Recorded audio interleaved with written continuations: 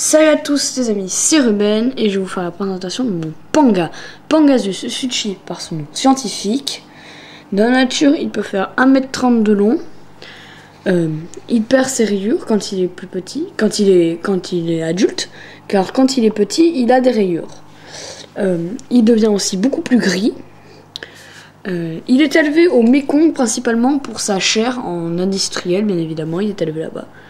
Ils sont environ 600 par bassin. Et ce que je peux dire aussi, c'est que si vous voulez élever des pangas en aquarium, alors le mien, je vous le dis, ne mettez pas dans un 50 litres, ce n'est pas fait pour. C'est déjà, il faut compter 5 individus minimum pour qu'il se comporte bien. Il aura tendance à attaquer les poissons beaucoup plus petits que lui. Et si vous voulez, je peux vous dire que pour un individu juvénile, il vous faut 1135 litres. Multipliez ce chiffre par 5, vous avez le résultat pour des jeunes. Après, pour des adultes, si on peut... attendez, laissez-moi réfléchir.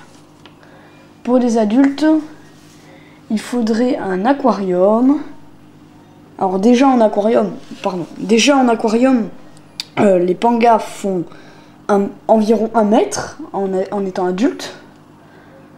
Ils sont très actifs et ils auront tendance à se cogner partout dans les partout sur les vitres, car ils auront peur des vibrations. Donc évitez de taper sur les vitres. Après, moi, ce que je fais, c'est avec la nourriture, avec la nourriture pour poisson que j'ai. Voilà.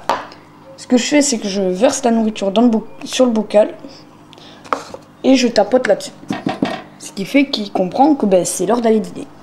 Ou de manger, en général. Après, si je peux vous poser une question, si vous pouvez me dire ce que c'est cette plante. Parce que je l'ai acheté, pas pour cher, je crois pour 2 €. Franchement, dans une animalerie. Et ça m'a pas coûté bien cher. Et j'aurais bien voulu savoir qu'est-ce que c'était. Après, j'ai lui là. Je sais pas si je pourrais bien vous le montrer. J'essaie.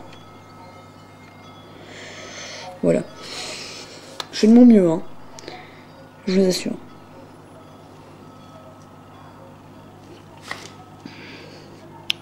Je fais de mon mieux, mais si vous le voyez pas, c'est pas bien grave. C'est un pléco, je pense. Mais bon, voilà. Donc, revenons dans le vif du sujet. En gros, ce qu'il faudrait, ce serait... Alors déjà, en aquarium, ils peuvent peser jusqu'à 44 kg. Donc, voilà. Déjà des belles bêtes. Ils ont été décrits pour l'une des premières fois... décrits, pas découverts. Ils ont été décrits en 1878. Ça a une espérance de vie dans la nature de 20 ans. Alors, pour les maintenir en aquarium, vu que je continue, vu que j'ai pas fini, il faudrait une eau entre 21 et 27 degrés, un pH entre 6,9 et 8,5 degrés. Alors, il y aurait visiblement un dimorphisme sexuel. Le dimorphisme sexuel, c'est la différence entre un mâle et une femelle.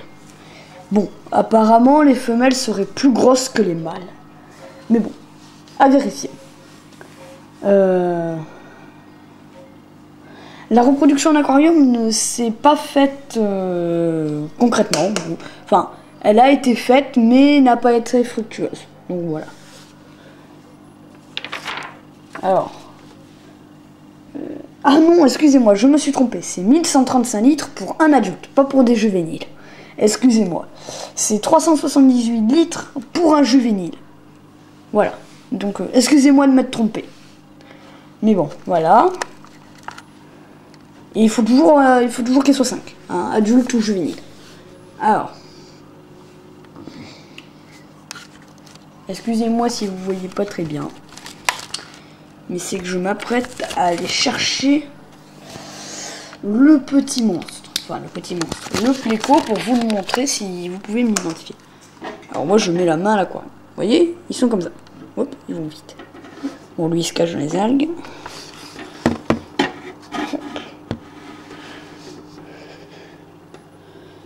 C'est juste pour vous montrer. Voilà. Ah non, il y a d'autres qui s'est poussé dessus. Hop, voilà. Ah. Si vous pouvez me dire ce que c'est cette espèce de pléco, s'il vous plaît. Je ne sais pas du tout, j'ai fait plusieurs recherches, mais j'arrive toujours pas à trouver. Donc voilà, c'est tout pour moi. Je vous dis à la prochaine.